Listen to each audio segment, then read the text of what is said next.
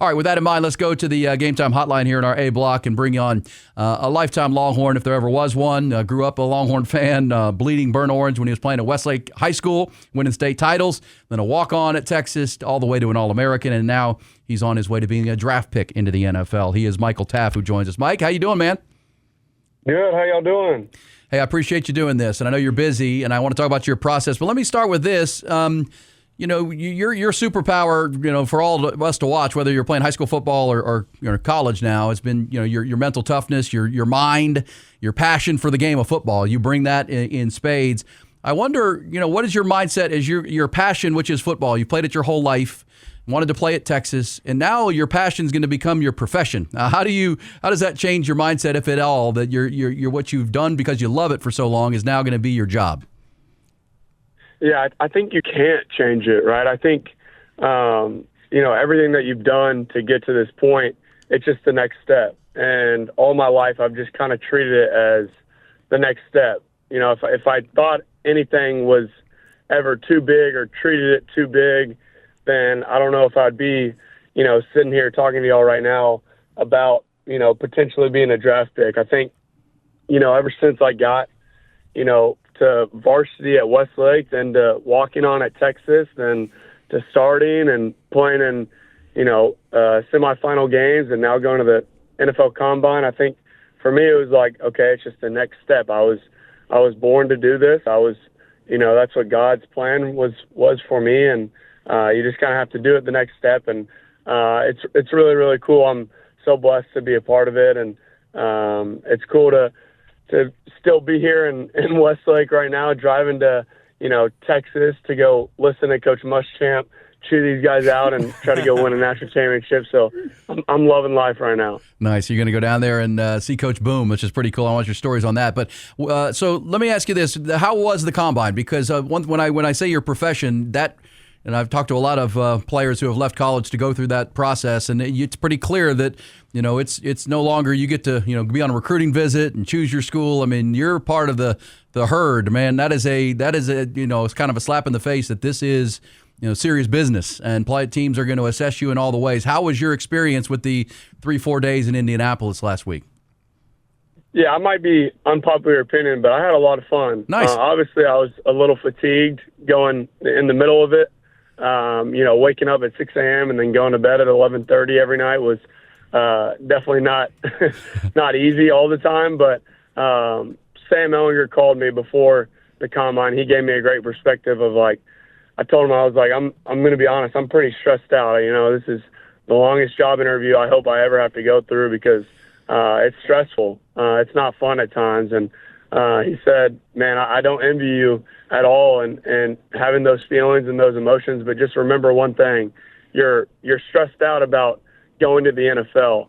And that's what your second grade Michael Taaffe self has been dreaming of ever since you thought about playing football. And so don't forget why you're stressed and just look at it as such a blessing, and you get to do this. And the second that you think it's too much, you can go pick up a 9-to-5, and I promise you, you'll want to go back and do whatever the National Combine has you do. So it was a really good perspective that Sam gave me, and so I kind of carried that the whole time, and I think it helped out that I did better than people thought, and I had a good performance on the field on Friday, and so it kind of made me enjoy it and be grateful for it. Yeah, you posted the 4.5 and the 40 and the Texas speed, and you shouted out Torrey Becton, which is awesome. I know you did a lot of work ahead of that Combine, and 4.5 and the 40. What was the toughest part? Did you talk about the mental grind? And I know, having been to the Combine, done shows from the Combine, the NFL wants to tax you. The medical day where you're doing all the medicals is tough, and it's everybody, and then it's the interviews, and you said staying up late when you've already been going all day. What was the most difficult part of those few days? Yeah, I think for me, at all times you got to be on, right? You don't know who is testing you, and I was told just be yourself. That's the easiest way, is just to be yourself. You're not going to be perfect at all times. And so when you go to the hospital for 6 hours and then you have, an orientation, then you have, this medical exam check. And then after that at 8 p.m. to 11 p.m., you have formal interviews with NFL teams to try to go, impress them and go get drafted and go get a job for the next four years. That probably was the toughest thing, is like a whole day of talking and medical exams and doing this and doing that and getting poked and prodded, to then going to do a job interview from 8 p.m. to 11 p.m. So, I don't know if my job interviews will ever be that late at night after being a full busy day, but that was probably the toughest for me. Yeah, Michael, I just want to ask you, you mentioned Sam Ehlinger. You and Sam, to me, as far as local guys who bleed orange, it's like 1 and 2. Like, nobody put on for the city and put on for Austin more than you two guys. Just want to ask what it was like for you. I think Sam, he had, probably the best quarterback Texas had over a 10-year stretch of some really rough football. Didn't necessarily have the team success, whereas you had the best, your teams had the best seasons that Texas football had basically since the Colt McCoy days. You could see it in your final home game, picking off Marcel Reed, basically sealing the game against Texas A&M, the first game at DKR with A&M in 15 years. What was it like for you to be there, growing up in West Austin, being there, watching some really rough football there in the 2010s, being able to put together some really great seasons and having all that team success after such a long time for the fans?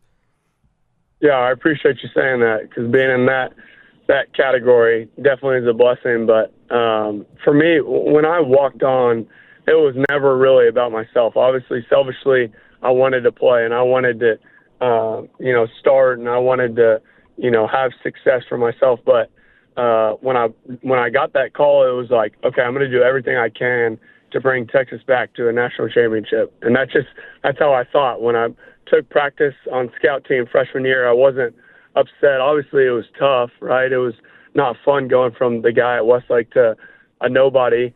But it was like, man, I look out at Denny's Fields, our practice fields, and you see downtown Austin, and you look down, you got a burnt orange jersey on, and or at least scout team, mine was black at the time, but but it was like a blessing. So why not give it everything you got? Why not try to do everything you can to put Texas back to where it belongs? Because you were that fan watching, inviting all your friends over and watching Sam and, all the guys, Garrett and David Ash and, a bunch of different quarterbacks, and, just rooting all those teams on and not seeing the results that you wanted. So why not? You have a ultimate impact right here that you can go do. So do everything you can. And it paid off for me, and I'm glad that the career happened the way it did. I wish we would have won it all, but I know Arch has got it in him. So it's going to be fun to be a cheerleader now.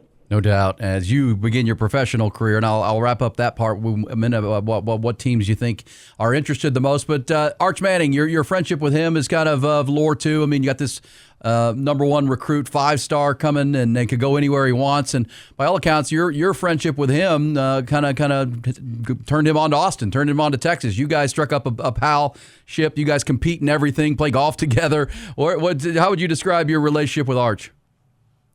Yeah, it's a competitive one. Yeah. Obviously, both of us share the same number, and we're pretty similar in everything we do. And so, we're brothers. We're super close as friends and as people that get along with one another.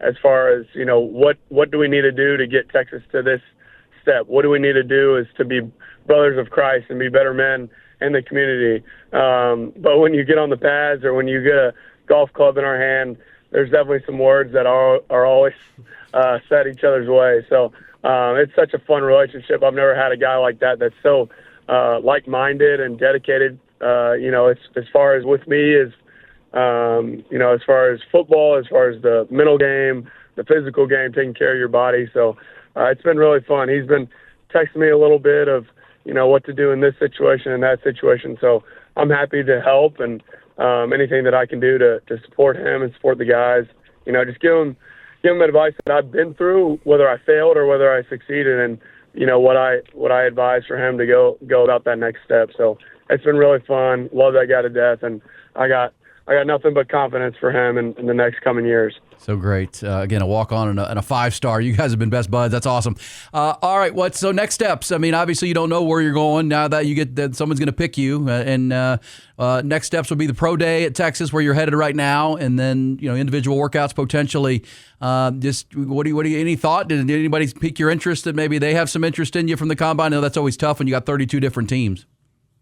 Yeah, I think I talked to every single team, and it's been really fun to share with them, who I was as a player at Texas, and what my strengths are on the football field, and I think there's a bunch of teams that like different type of safeties, and so there's been some teams that I think the Broncos were one of them that reached out recently. I think the Dolphins and the Jags, I got a call with them next week. The Cardinals I got a call with in a couple of days. Just had a call with the Vikings. So, you never know, because every time I've talked to somebody, whether it was Sam or Gunnar Helm or Andrew Makuba or Jade Barron, all of them always told me, I never thought it was going to be the Denver Broncos. I never thought it was going to be the Colts or the Titans or the Eagles. And so I kind of take it with a grain of salt. I'm trying to do everything I can to impress those teams when I get in front of them. But, you never know. Once draft day comes around, it's always, 24/7, who should we take in this moment? So, I think, it's really fun to go through this process, but who knows when April 23rd through the 25th comes around. All right, buddy. Well, enjoy listening to Coach Muschamp chew on those guys, and we'll check in again when we can. Hopefully we can keep up with you as this happens, and we're rooting for you. It was a pleasure to cover you and watch you and represent the Longhorns the way you did, and Austin the way you did, the 512 crew, as I like to call it, you and Jade and all those guys. But thanks for being with us. Hopefully we can do this again soon, and stay safe and keep working hard. Yes, sir. I really appreciate you guys coming on. Hook 'em. And, stay safe in this rain. It's coming down hard down by campus, so stay safe, guys. Be careful. There it is, Michael Taaffe. Always a treat, and there you go. He's headed to campus right now, and you got to hear him on his commute in there. So if you're out there, be careful.